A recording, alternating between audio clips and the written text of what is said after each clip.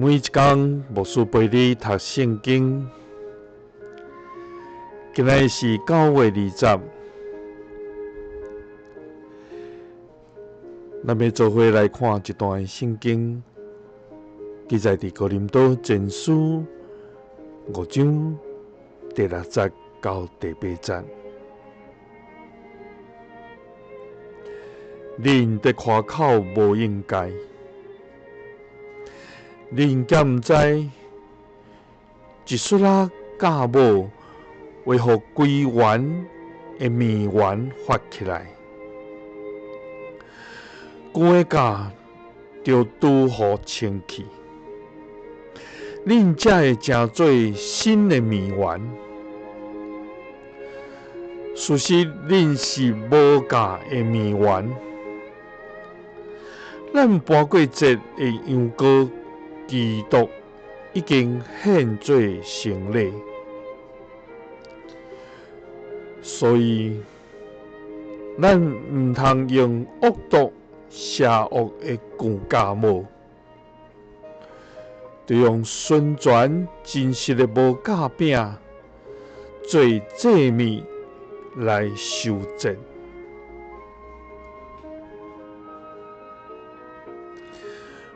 保罗对哥林多教会的勉励，就是每一个人的生命爱亲像无价的生命，将心内所有的恶毒、邪恶的旧家母来除去，因为基督已经成做咱的祭司，代替咱来形成所有的罪，互咱除去心内旧的家，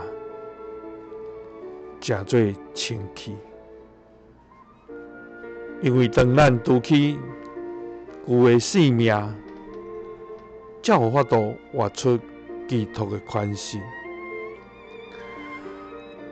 哥林多教会因为有基督徒的名，确实无活出基督的香味甲款式，所以保罗伫遮勉励，就爱活出无价的生命。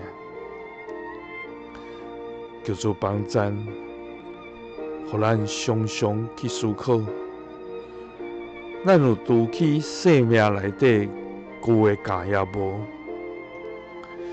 也互咱除去旧的家，互咱的生命成做纯全真实的生命。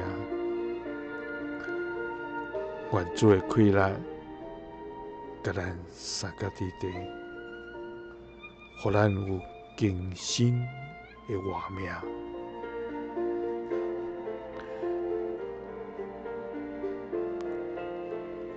耶稣听你，赐你平安。